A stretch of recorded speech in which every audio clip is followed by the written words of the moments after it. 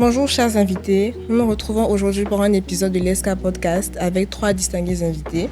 Nous avons 3 générations de l'ESCA qui sont réunies aujourd'hui, 3 décennies, plein d'histoires et d'aventures à raconter. Et nous allons commencer par présenter d'abord nos invités. Mais avant toute chose, je suis Koné Ami, présidente du Club Régional Communication de l'AESK. Nous allons à présent passer à la présentation de nos invités avec l'aîné Yorobi Tizier de la promotion 1980. Merci déjà de m'inviter avec des cadets ici. Je suis Yorobi Tizier de la première promotion de l'ESCA, donc la promotion 80. Alors, qu'est-ce que je peux dire qu'après le diplôme de l'ESCA, eh bien, ma vie s'est déroulée en 2 phases. Il y a la phase du salarié, où j'ai assumé les fonctions de chef de comptabilité analytique, directeur financier, directeur général et puis président du conseil d'administration. Et la phase 2, c'est la phase de créateur d'entreprise. Donc aujourd'hui, je suis administrateur général de Catini Africa, que je vais fonder moi-même en dehors des postes d'administrateur dans plusieurs sociétés. Voilà. Donc merci beaucoup aîné. On va maintenant passer à l'aîné Closran Nguessan de la promotion 2008. Ok, bonjour à tous. Je nomme Closran Nguessan de la promo 2008. Moi j'ai commencé ma carrière à Deloitte en cabinet d'audit. Et ensuite, après, je suis allé à Vodou, à la stratégie. J'ai fait 10 ans. Et ça fait maintenant à peu près 3 ans que je suis au groupe Life, où je suis directeur stratégie, marketing et communication. Voilà. Merci beaucoup aîné. On passe maintenant à l'aîné Billy Linda de la promotion 2024. Donc bonsoir à tous, bonsoir chers amis. Alors je m'appelle Billy Linda Jocelyne. Je suis de la promotion 45 de l'ESCA. Mon parcours professionnel, il a commencé à GNA Côte d'Ivoire, qui est l'aîné d'une entreprise que je salue au passage, l'aîné Romuald Kouassi, où j'étais dans le département, dans la direction de l'assurance digitale, un nouveau projet. Par la suite, je suis entrée à Nestlé Côte d'Ivoire en tant que Young Graduate Trainee, où je suis actuellement. Donc ça fait mon 8e mois là-bas. Donc je suis en début de carrière, contrairement aux 2 aînés ici présents. Merci beaucoup aîné pour les présentations. On va aller maintenant au vif du sujet. Alors on commence par une question simple. Alors qu'est-ce qui vous amène vers l'ESCA? On commence par l'aîné Tizier. Merci, c'est une question pour la promotion numéro 1. C'est une question embarrassante parce qu'en fait, l'ESCA venait d'être créé. Donc on n'avait pas de repère par rapport à ça. Ça veut dire que pour nous, en fait, c'était une décision du ministère de l'enseignement technique et du lycée technique d'Abidjan de dire on a créé l'ESCA, on va y envoyer des gens. Certainement, ils ont eu leurs propres critères de sélection. Généralement, ce que je dis là, c'est pas de l'orgueil. Ils ont dû regarder les résultats des terminales et puis dire bon, c'est ceux-là qu'on envoie à l'ESCA. Voilà. D'accord, aîné. Et à l'époque, comment est-ce que c'était à votre arrivée? Quelles étaient vos appréhensions principalement par rapport à l'école? Bon, disons que comme c'était sélectif, il faut dire que chacun certainement avait le sentiment qu'il était, à tort ou à raison, il était le meilleur élève pour l'ESCA. Donc il n'y avait pas, à mon avis, il n'y avait pas d'appréhension particulière. Et on le sentait aussi chez nos camarades. On est à l'ESCA, nous, certainement qu'on va réussir. On avait une bonne vision de la vie professionnelle après. Donc, je ne pense pas. Il y a toujours une petite appréhension pour les résultats, mais ce n'était pas ça l'élément majeur. D'accord, aîné. On va passer maintenant à l'aîné Closran. Bon, moi, quand j'ai intégré, avant d'intégrer l'ESCA était établi, avait une réputation. C'était une institution. Et nous, on était en classe préparatoire et on voyait déjà, je vais dire, les différents parcours des personnes qui étaient passées par l'ESCA. Et bon, moi, personnellement, ce qui m'a décidé, c'est que je ne savais pas véritablement si je voulais faire de la finance ou du marketing. C'est pour ça qu'en début de carrière, j'ai eu un parcours assez atypique. Et donc, l'ESCA m'offrait justement de faire... Parce qu'on disait qu'à l'ESCA, c'était General Business. C'était à la fois finance et marketing. Donc, il y avait la réputation et puis il y avait justement cette sorte de double diplomation, hein. Donc, c'est ce qui m'a entraîné à souscrire. D'accord. Et également vos appréhensions à l'époque, au niveau de toi, au niveau de ta promotion aussi, tout ça. Quand j'étais déjà à l'ESCA ou bien avant d'entrer à l'ESCA, notamment parce qu'on sait qu'en classe préparatoire, il y a la pression, il y a le nombre qui est là aussi, et puis une fois à l'ESCA aussi. Oui, bien sûr. La première appréhension, c'était que, je pense que c'est toujours le cas, en classe préparatoire, c'est seulement les meilleurs qui vont à l'ESCA. Donc, il fallait se classer. Parce que nous, à l'époque, j'avais seulement 21 places. Donc, il fallait être, en tout cas, parmi les 21, il y en était 300 de personnes en classe préparatoire. Donc, c'était la grande appréhension. Ils ont se posé la question, est-ce que au concours, on va pouvoir être dans ce rang-là? Donc, c'était la grande appréhension. Et puis, bon, finalement, ça a bien marché. D'accord, Aîné. Merci, Aîné. Donc, Aîné Linda, toi, à ton niveau aussi? Alors, moi, je n'ai pas forcément suivi le même parcours. Bon, l'aîné de la première promotion, c'était après le bac et tout. Pour nous, moi, j'ai d'abord fait le cycle court. Donc, j'ai un diplôme de technicien supérieur en gestion commerce. Donc, ce qui s'est passé, c'était qu'on devait sélectionner les meilleurs de la GC qui allaient avoir la passerelle. Depuis un certain moment, ils ont institué le système de passerelle pour les personnes qui se démarquaient bien en classe et tout. Donc, c'était la rude compétition. Il y avait énormément de personnes qui cherchaient à faire partie des meilleurs. Donc, c'était un peu de la sorcellerie, quoi. Donc, on s'est battu. Il y avait des personnes qui étaient vraiment proches du but, mais qui, malheureusement, n'ont pas pu soutenir et tout. Mais bon, chemin faisant et tout, Dieu a fait grâce. Je suis rentrée à l'ESCA. C'était un peu ça, moi, mon histoire pour l'ESCA. Pourquoi est-ce que j'ai voulu intégrer l'ESCA? Eh bien, parce que c'était la suite de ma formation. J'ai toujours voulu faire le marketing, j'ai toujours voulu faire le commerce et plus tard créer ma propre entreprise et tout. Donc, pour moi, c'était un très bon tremplin. Et l'occasion s'est présentée. C'était aussi l'occasion pour moi de faire mon cycle d'ingénieur en Côte d'Ivoire sans être loin des parents, tout ça. Et après, il y avait le prestige aussi de la marque. Tout le monde parlait de l'ESCA. Tout le monde voulait faire ESCA. On se demandait, mais pourquoi l'ESCA? On veut savoir ce qu'il y a et tout. Voir des étudiants qui organisent énormément d'activités, qui se distinguent. Franchement, moi, c'était ça mon rêve. Et j'y suis entrée. Je n'ai pas été déçue. Voilà. Ce qui concerne les appréhensions. Je me demandais comment est-ce que ça allait se passer parce qu'il y avait des prépas également. On disait que les prépas qui étaient sélectionnés, c'était les meilleurs et tout. Donc, je te demandais, mais waouh, est-ce que j'ai ma place dans cet environnement où il n'y a que des cracks et tout? Mais bon, je pense que ça s'est très bien passé. L'expérience a montré qu'on peut tous faire partie de l'ESCA tant qu'on a un bagage intellectuel assez fourni et qu'on est assez confiant, qu'on sait qui on est.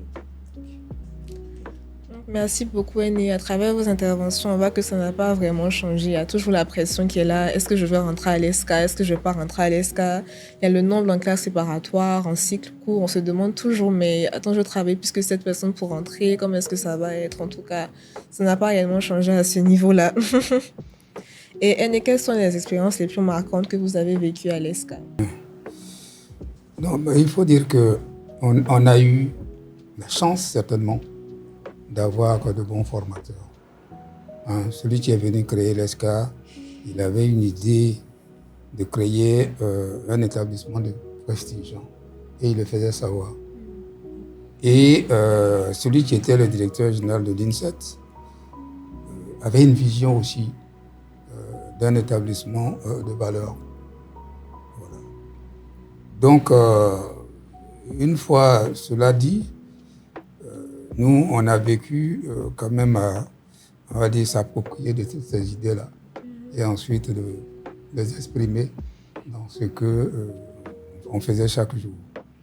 Donc, cette expérience-là, c'est l'expérience des gens qui venaient de tous les bords et qui se sont retrouvés là. On était des amis, On était des gens vraiment qui se chahutaient, mais il y avait une ambiance amicale absolument grave, quoi, pour parler comme les jeunes d'aujourd'hui. Et, bon, je ne sais pas si on est à cette question déjà. Vous savez que ce qu'on aura retenu là, c'est qu'on nous poussait à aller voir quelque chose qui pourrait nous enrichir plus tard. Moi, je retiens 2 événements qui m'ont marqué. C'est quand on a dit qu'il fallait aller dans le sud-ouest de la Côte d'Ivoire, au moment où il y avait l'Archo. L'Archo, c'était, on appelle ça, l'autorité qui se chargeait du développement du sud-ouest de la Côte d'Ivoire. San Pedro venait à peine d'être créé. Okay. Et donc, on dit aux élèves de l'ESCA, allez y voir, parce qu'il y a un patron là-bas, c'est le patron de référence, et on s'en va. On est là, on va à la direction générale de l'Arche, on attend, on dit, il arrive. Et qu'est-ce qui se passe? On attend un vrombissement d'hélicoptère. Le PDG du coin venait d'arriver d'Abidjan en hélicoptère et puis il est descendu devant nous. Il vient, il nous salue. J'ai trouvé ça absolument remarquable. Et la deuxième, qui est une expérience de vision, c'est que nous étions devant le bâtiment de l'INSET. On prenait un peu de soleil entre étudiants. Et puis, on était peut-être 4, 5 ou 6. Et on voit une jeune fille qui arrivait là-bas. Et un de nous se lève et dit, c'est ma femme qui arrive. Il ne la connaissait pas. C'est ma femme qui arrive. Il nous dit de ne pas bouger, il s'en va, il l'accueille. Et puis, peut-être que 5 ans après, ils sont mariés. Wow. C'est pas une vision, ça. Ça m'a marqué, quoi. Voilà. C'est une très belle histoire, franchement. Donc, on va passer à Aîné Classeron aussi pour une expérience marquante également. Moi, je dirais que c'est l'expérience même de l'ESCA 1, et en première année de cycle ingénieur. En tant que venant des classes préparatoires, on est des élèves assez studieux, assez concentrés sur l'école. Mais à l'ESCA, on te demande autre chose. On te demande de mener à bien toute une année, je vais dire, associative, avec de gros challenges. Et ce qui m'a véritablement marqué, c'est l'implication des aînés. Et quand je parle des aînés, c'est pas uniquement des SK2, 3, mais également des personnes qui travaillent depuis longtemps. Et à chaque fois, quand on faisait des erreurs, etc., il y avait des personnes qu'on ne connaissait pas. Je veux dire, ou bien qu'on ne connaissait que de nom, qui vous appelaient pour vous tirer les oreilles. Et c'est la pression énorme pendant cette première année, énorme de la vie associative. Et un point particulier qui m'a marqué, c'est que de l'ESCA 1, en première année de cycle ingénieur, à l'ESCA 2, on a tous changé. Et on était devenus beaucoup plus responsables. Je veux dire, on était pratiquement, avec du recul, on était des enfants, mais on était pratiquement beaucoup plus responsables. On avait le poids des responsabilités. On avait une façon d'appréhender le monde du travail, une façon grave d'appréhender le monde du travail, et on s'est tous bonifiés. C'est-à-dire qu'on n'était pas que des élèves studieux, on est devenus de vraies personnes, on va dire des débuts de manager en tant que tel. Et c'est cette transformation de mes amis et de moi-même qui m'a absolument marqué. Merci Aîné. Maintenant, Aîné Linda aussi, expérience marquante à l'ESCA, ton expérience, tout ça durant les 3 années. Je vais commencer par rire parce que mon expérience à l'ESCA, c'était en même temps drôle, en même temps très formateur, disons. Donc, comment est-ce que ça a commencé? Moi, c'est que, déjà, ce qui m'a marqué au niveau de l'ESCA, c'est le côté famille, le volet famille. Tout à l'heure, l'Aîné Classeron en parlait. Je pense que les premières promotions ont réussi à donner la bonne impulsion. Du coup, tout le reste, tout ce qui a suivi, c'était vraiment que de la construction bâtie. Ils ont vraiment bâti quelque chose de solide. En fait, comme il le disait, on arrive tous, on a l'impression qu'on est seul, que personne ne nous voit. Mais il te suffit de faire une seule gaffe, une seule erreur, ou bien de bien faire quelque chose pour te rendre compte que mais tu as des aînés, en fait. Et ces aînés ils n'hésitent pas à se déclarer. Quand vous êtes dans des problèmes, il faut juste taper à la bonne porte. Et c'est ce que nous, on a compris à notre année. Ça m'a beaucoup marqué parce que au départ, on avait l'impression que chacun allait de son côté, qu'on n'arrivait pas comment on va dire ça, à former une bonne famille, une grande famille, à fusionner nos idées et tout. Mais après, avec l'aide des aînés, on s'est rendu compte que c'était quelque chose de faisable. Quand en deuxième année, on s'est retrouvé à réaliser le plus grand réveillon et tout, à inviter énormément d'aînés, même des aînés de la première promotion, tout ça. Franchement, ça, c'était une expérience hyper marquante. Je me souviens qu'on avait des problèmes de fonds, on avait vraiment besoin d'argent en fait. Et on ne savait pas quoi faire parce qu'on était la veille de notre réveillon. On avait de l'argent, mais on n'arrivait pas à retirer l'argent sur le coup. Donc, comment faire? Il a juste suffi de se souvenir qu'on avait un aîné, quelque part, qu'on a juste appelé. Les petits, vous avez besoin de combien? Vous avez besoin de combien? Ok, il n'y a pas de souci, je vous envoie ça. En fait, c'est là que tu te rends compte que tu n'appartiens pas juste à une école. On parle de formation, on parle de famille. Mais moi, j'ai véritablement expérimenté ce volet famille-là avec l'ESCA et avec mes amis et également avec les aînés. Donc, c'était ça, quoi. Mon expérience marquante. Expérience drôle. Je ne peux pas dire cette expérience-là ici. Parce que comme on le dit, tout ce qui se passe à l'ESCA reste à l'ESCA. Mais, Drissa, il faut savoir que je ne vais jamais te le pardonner. Cette chanson que tu nous as chantée ce jour-là, elle peut dire qu'on ne s'y attendait pas. Et ce jour-là, je pense qu'on ne devait pas rire. Quand il a commencé à chanter la chanson, tu imagines le chaos qu'il a créé. Et donc, c'était ça. Franchement, c'était une très, très belle expérience. D'accord, merci pour vos réponses aînées. Donc, on voit que toutes ces années, l'ESCA, c'est toujours le même esprit de famille. Il y a des souvenirs drôles, il y a des souvenirs pas forcément drôles aussi, mais avec du recul, on se dit que voilà, c'est l'ESCA aussi, tout ça. Et au niveau maintenant de la vie professionnelle, qu'est-ce que l'ESCA vous a apporté concrètement? J'allais presque dire tout. Parce que la spécificité de l'ESCA, c'est l'ouverture de la formation. Vous faites tout. Et ça fait que parfois, pas à juste titre, on pense qu'on peut tout faire.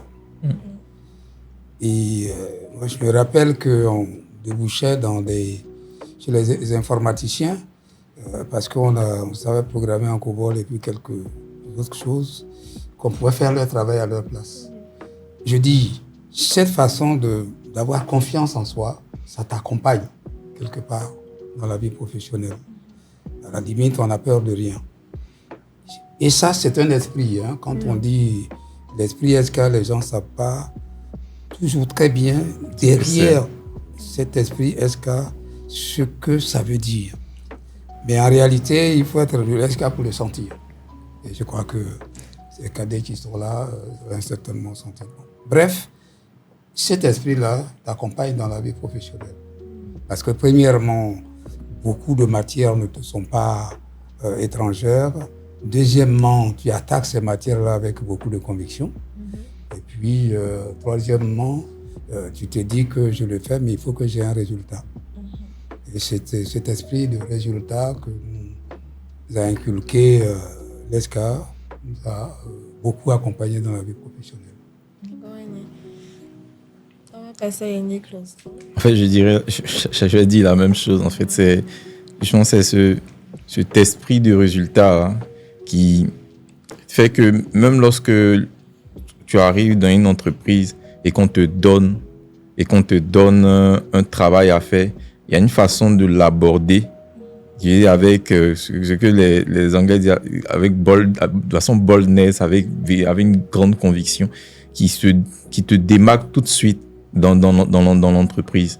Cette façon de n'avoir peur de rien, de se dire que je peux. Moi par exemple, mon premier jour à Vaudou, on était en salle de réunion et à Vaudou, c'est une agence où on fait de grosses campagnes. Et il y avait la campagne de Orange pour accompagner les éléphants pour la CAN. Et donc, cette campagne est arrivée et on nous a dit, moi j'étais assistant, je venais d'arriver et on demande, mais qui veut cette campagne? Et tout le monde regardait, tout le monde baissait. Et bon, moi, de toute façon, j'ai levé la main. On dit, mais toi, tu viens d'arriver, comment tu peux lever la main? Je dis, non, je peux le faire. Mais pendant 3 mois, je commençais à Vodou à 6h, je finissais à minuit. Mais c'était fatigant. Mais je vais dire, tu te dis que tu es SK et je vais dire, c'est pas ce que tu n'as jamais fait lorsque tu préparais autre chose en fait. Et au bout de 3 mois, quand j'ai fini les 3 mois, j'ai eu une promotion. Alors que je venais à peine de commencer en 3 mois. Et donc en fait, c'est vraiment cet esprit à se dire que rien n'était impossible en fait. Absolument rien. Et tu avances et tu abats les choses. Et ce n'est pas tant ce que tu as appris à l'école, mais c'est la façon dont tu l'abordes, c'est la façon dont, c'est cette conviction et cette ambition personnelle que tu portes, en fait, et qui te vient de très loin, qui te vient de l'ESCA. D'accord, Rémi, face à Linda. Ce qu'ils ont dit, j'aimerais résumer ça en juste une expression. À l'ESCA, on nous disait toujours, on a obligation de résultat. Bon, on nous disait à l'ESCA, on n'a pas obligation de moyens, on a obligation de résultats. Mais en entreprise, je pense bien que c'est différent. On a obligation aussi de moyens. Et tout, mais c'est pour dire qu'il n'y a absolument rien qui doit t'empêcher de faire le pourquoi tu es là. Donc, ce n'est pas la peur qui doit t'en empêcher. Absolument rien ne doit te bloquer. On le disait également dans l'hymne, ni montagne, ni fossé, rien ne nous arrête. Et je pense que ça, c'était l'un de nos slogans quand on était en cité, de notre promotion. Ça nous a accompagnés, ça nous a suivis tout au long de notre vie jusqu'à présent, ça continue de nous servir. Tu te dis, quelle que soit la situation en face de toi, le problème n'est pas plus grand que toi. Bien sûr, il y a l'aide de Dieu, mais il y a surtout l'esprit que l'ESCA a su nous inculquer, l'esprit de la formation en fait. Absolument rien ne peut te freiner si jamais tu as véritablement la volonté de le faire. Il y a beaucoup de résilience que l'ESCA nous a appris à développer. Tu te dis, même si le problème est hyper grand, il est devant toi, il te reste que 2 heures avant de réaliser ton événement, que tu n'as rien, tu sais que l'événement va se tenir. Comment l'événement va se tenir? À toi de chercher, mais ça doit se tenir en fait. Et je pense que c'est vraiment très apprécié en entreprise. Quelqu'un qui a un tel mindset, c'est quelqu'un qui est confiant, quelqu'un qui sait ce dont il est capable, qui sait ce qu'il peut apporter. C'est ce que chaque dirigeant, chaque leader recherche pour sa boîte, quoi. Merci Anne pour vos réponses. Peut-être que l'année ne pourra pas répondre à cette question, mais c'est de savoir ce que le réseau vous a apporté. Pourquoi pas? Anne, de savoir ce que le réseau vous a apporté. Et peut-être que toi, tu pourras répondre à ça plus difficilement, vu que bon, c'était la première promotion. Oui. Mais, vous savez, ouais, j'ai eu une satisfaction, j'ai 2 satisfactions. En tant que SK. La première satisfaction, c'est quand quand j'étais salarié, le directeur général m'appelle un jour et puis il dit, Roby, est-ce que tu peux me trouver encore des SK? Non, attends. J'ai trouvé ça intéressant. Et c'est aujourd'hui, quand on va dans les rassemblements, et puis je trouve qu'on a parlé de façon vraiment non voulue de l'ESCA. Ou bien un SK vient et puis il dit bonjour Aîné. Et puis finalement le type te demande mais donc tu es SK. Moi cet émerveillement là. Oui. Non mais je trouve ça grand quoi comme récompense. Absolument. Et ça fait que ça nous accompagne. C'est pas en termes, je ne reçois pas de l'argent pour ça, mais il y a le prestige que les jeunes ont pu consolider et qui nous arrange quelque part dans la vie de l'entreprise. C'est comme ça que je vois. D'accord, merci Annie. Bon. Le réseau, je pense que la première chose que le réseau t'offre, ce sont des exemples. À l'ESCA, on a une particularité, c'est que je pense que l'ESCA, c'est l'un des derniers ascenseurs sociaux qui existent en Côte d'Ivoire. C'est-à-dire que pour entrer à l'ESCA, ça ne dépend pas de ton pedigree familial, etc. Ça dépend uniquement de l'excellence. Quand tu es d'une famille privilégiée, tu as des exemples autour de toi. Tu as peut-être tes parents qui sont médecins, chirurgiens, qui ont un oncle qui est DG, PDG, etc. Quand tu es d'une famille comme moi, je vais dire modeste, tu n'as pas forcément des exemples d'ambition. Et donc, tu avances parce que tu es un bon élève. Mais dès que tu arrives à l'ESCA, tu as des personnes qui sont passées par ton parcours, qui ont atteint un certain nombre de marches et un certain nombre de sommets. Et puis ces personnes-là, tu as accès à ces personnes-là. Lorsque tu as des problèmes, je vais dire, liés à ta carrière, tu peux t'appuyer sur ces personnes-là, tu peux les appeler, demander conseil et aucun SK ne refuse. Et moi, par exemple, lorsque je n'étais pas sûr de faire de la finance, j'ai eu à discuter avec 3 ou 4 SK dans le marketing parce que je me sentais beaucoup plus marketeur. Et donc, et ça, on a l'impression que c'est banal, mais ce n'est absolument pas rien.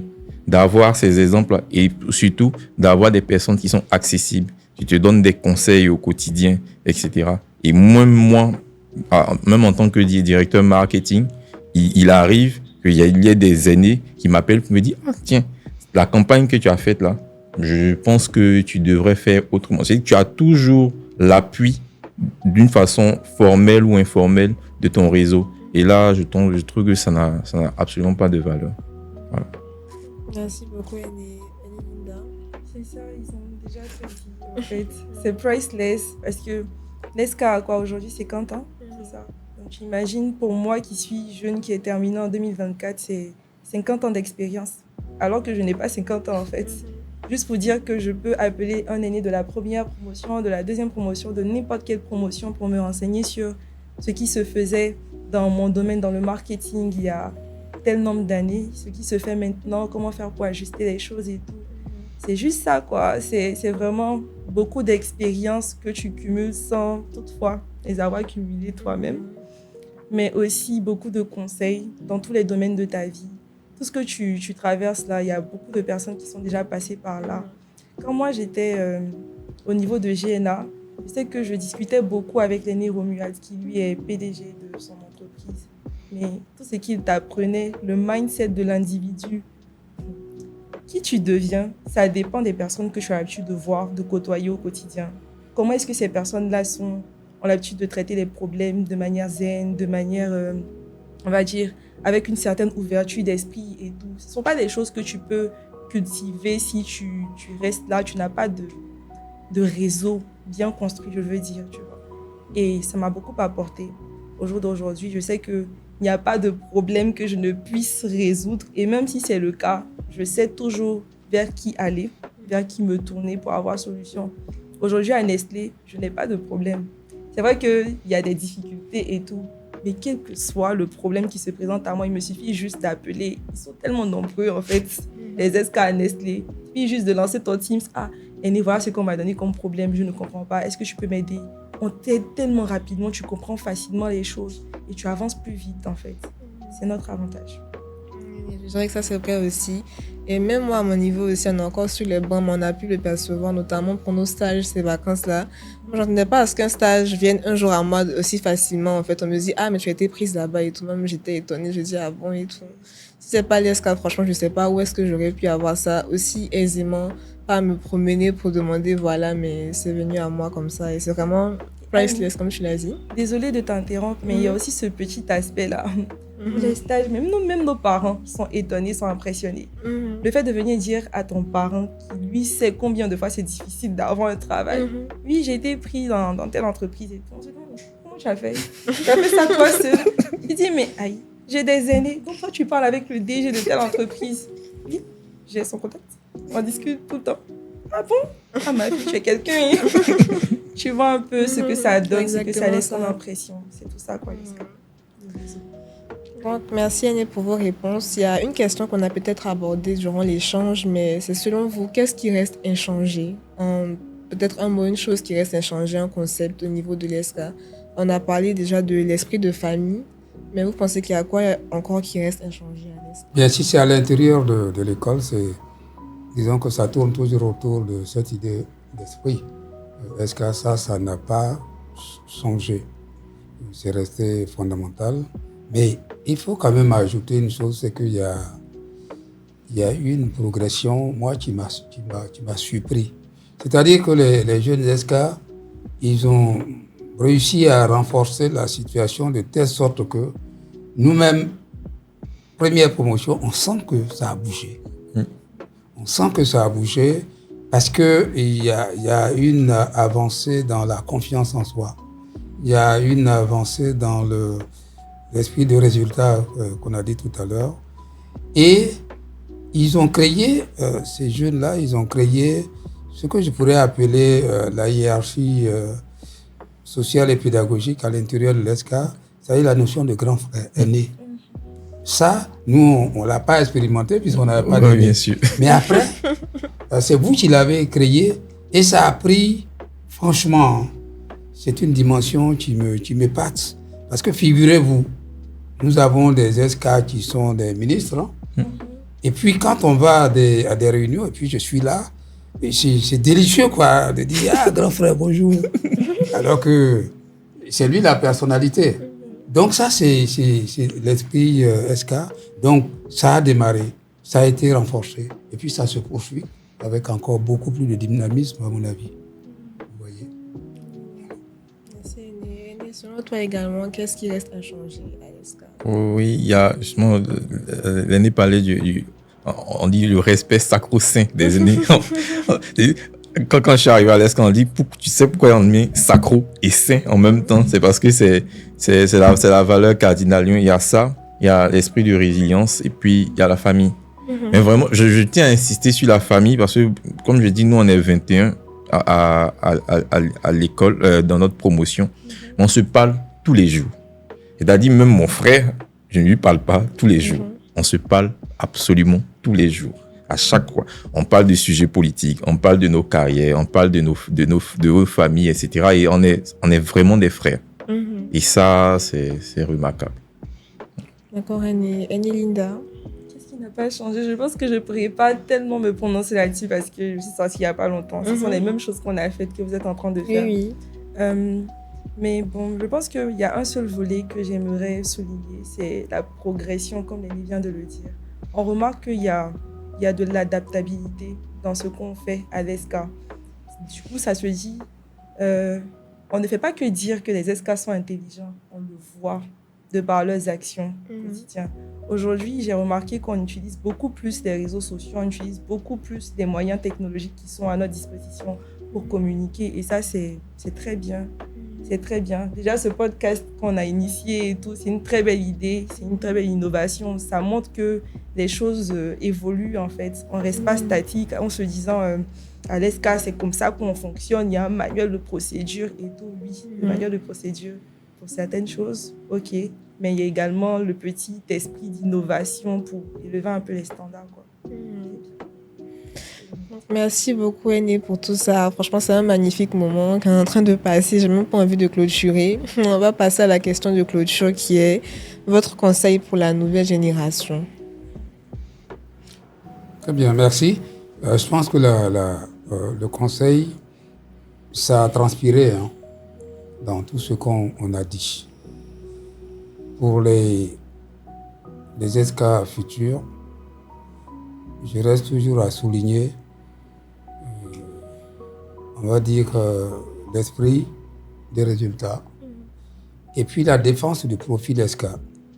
Le profil SK, c'est intellectuel, bien sûr, mais c'est déjà comportemental. C'est-à-dire, dans le quotidien, c'est nos actions, c'est notre parler, c'est nos regards. Et puis, il y a crûment. Aujourd'hui, l'esprit vestimentaire dans le comportement de l'ESK, c'est important. Parce que ce profil-là, il faut que ce soit instauré. Quand un ESK va à un entretien, on doit savoir que c'est lui. Voilà. Je vois ça comme ça. Et puis, vraiment, cette idée d'aîné qui a été implantée par vous et qui prospère, je voudrais que ce soit bien inculqué dans l'esprit de tous les ESK. Voilà, grosso modo, ce que je pourrais dire. Merci beaucoup pour ce conseil, Aîné Clostrin. En plus de ce qu'a dit l'aîné, c'est l'esprit de résilience vis-à-vis des... Parce que quand tu es SK, tu es un ambassadeur de toute l'école. Parce que les gens nous attendent au tournant. Parce qu'il y a la réputation qui te précède. Et donc, quand tu arrives, tu dois justement faire en sorte d'être cohérent avec cette réputation. Donc, pour la nouvelle génération, ils doivent savoir qu'ils sont dépositaires d'une longue tradition. 50 ans, ce n'est pas rien. Et donc, en tant que dépositaire, ils doivent assurer. Donc, en gros, c'est ça. Merci beaucoup, Aîné. Pour moi, c'est juste dire le respect. Le respect avant toute chose. En entreprise, partout. Je pense que le fait que tu sois intelligent, ne t'empêche pas, ou du moins n'enlève rien en fait que tu doives rester respectueux.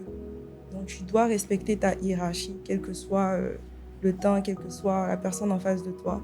Et donc continuer d'apprendre, continuer de chercher. Parce qu'on est SK, que tout est acquis. Il faut bosser, comme l'aîné l'a dit, pour pouvoir perpétuer cette tradition-là, pour pouvoir continuer de prouver à son niveau, chacun à son niveau. Et puis, le troisième volet, c'est encore une fois la résilience. Il y aura tellement d'obstacles. Il ne faut pas oublier d'être résilient, de montrer que rien ne peut t'ébranler, en vrai. Parce que tu as un objectif à atteindre, tu te dois de charbonner pour y arriver. Donc, c'est un peu ça. Beaucoup d'humilité, beaucoup de respect, beaucoup de travail pour atteindre n'importe quoi qu'on veut atteindre. Ouais. Donc, merci beaucoup, Aîné, pour vos interventions. Oui, Aîné? Oui, je m'en voudrais de ne pas te remercier pour l'initiative qui est là. Et puis m'acquitter d'un devoir. Un jour, il y a un cadet qui...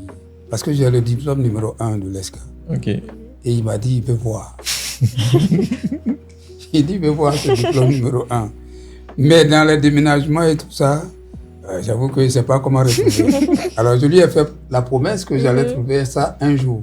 Donc je réitère quoi. D'accord, La Aîné. promesse que si ce dernier-là, comment on appelle ça, ce cadet revenait à la charge, tu sois rassuré que je vais retrouver. Tu vas retrouver son diplôme. On va l'encadrer. Voilà. Donc, merci Aîné pour vos différentes participations. Ça a été vraiment un bon moment. On se rend compte que l'ESK, c'est 50 ans d'existence. Après ces 50 ans, on voit que l'esprit ne s'est pas perdu. Au contraire, ça se bonifie avec le temps. L'ESK, c'est une grande famille. C'est des conseils, c'est des personnes qu'on peut voir, c'est des mentors. L'ESK, c'est reconnu partout en Côte d'Ivoire, même à l'international. L'ESK, c'est l'excellence et tout ça. Et même nous qui sommes encore sur les bancs, c'est une véritable charge à porter, comme l'aînée Linda a dit, mais c'est surtout une fierté pour nous d'être SK. On a tous rêvé d'être SK, on est SK maintenant et franchement, on n'est pas du tout déçus parce qu'on voit les fruits. On a tous été transformés, on voit comment l'SK ça change, ce que ça apporte. Et ce qu'on veut dire, c'est que l'SK pour nous, c'est vraiment important. Après 50 ans, ça s'est amélioré et je pense que pour les 50 années à venir, ce sera encore mieux. Donc, merci beaucoup pour vous de toujours répondre présent quand vos aînés vous appellent. Merci pour le soutien que vous apportez à l'école. Depuis la création jusqu'à maintenant, nos aînés sont toujours avec nous. On nous charrie souvent sur ça, sur la cité. Ah, mais vos aînés, là, vous êtes là, les prunelles de leurs yeux, tout ça. Mais on voit que c'est véritablement vrai. Merci beaucoup à vous pour ce que vous avez bâti. Et on s'engage aussi à bâtir encore mieux pour vous rendre fiers. Donc, merci beaucoup, aînés. Merci. Merci à vous. Merci.